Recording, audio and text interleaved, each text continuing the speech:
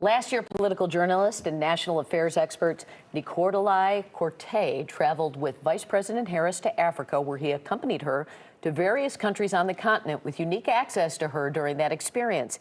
He wrote a book about it called Kamala, the Motherland and Me, which comes out this week. He joins us live this morning to tell us more. Thanks for being with us. Thanks for having me. We're in this interesting situation where she's been vice president now for nearly 4 years, but is reintroducing herself to the American people. What was your perspective on her from that trip you took to Africa? Well, I found the vice president to be forward thinking. I found her to be someone who is competent, who is cutting edge and capable of meeting the moment. We traveled to Ghana, to Tanzania, and to Zambia. And at every stop on the trip, she was met with enthusiasm and respect. In Ghana, there were somewhere around 8,000, mostly young people, that came out to hear her speak in Black Star Square.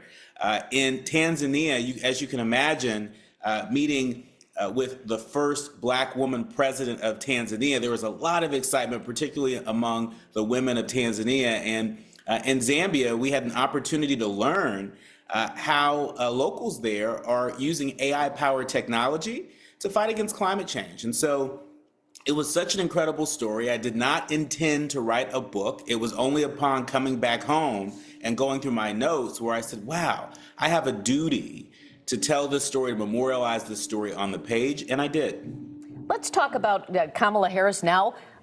Fortuitously being thrust into the presumptive presidential nominee here, which is fortuitous for the release of your book. But I'm curious, the poll numbers for Kamala when she was vice president have been relatively low. What do you think the reason for that is? Are they not connecting with what you saw on your trip?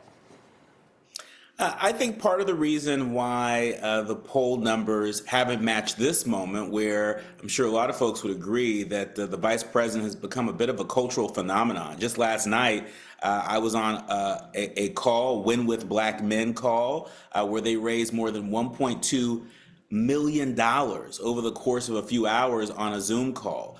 You might remember just a few days before, Win with Black Women raised $1.5 million simply on a Zoom call. And so there's been an enthusiasm gap, and I think this vice president's been able to step into that gap in part because a lot of people didn't really know her. For those of us that are natives of California, we remember when she was district attorney of the city and county of San Francisco, when she was attorney general of California and a U.S. senator representing California, but most of the country doesn't have that history.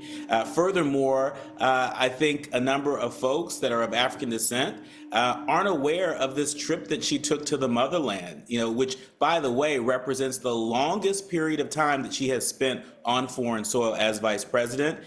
In this book, folks will not only follow this trip, but they'll get an exclusive one-on-one interview I had with the vice president in the West Wing just before we published. Well, the book is called Kamala, the Motherland and Me, and is now available. Thank you for joining us this morning.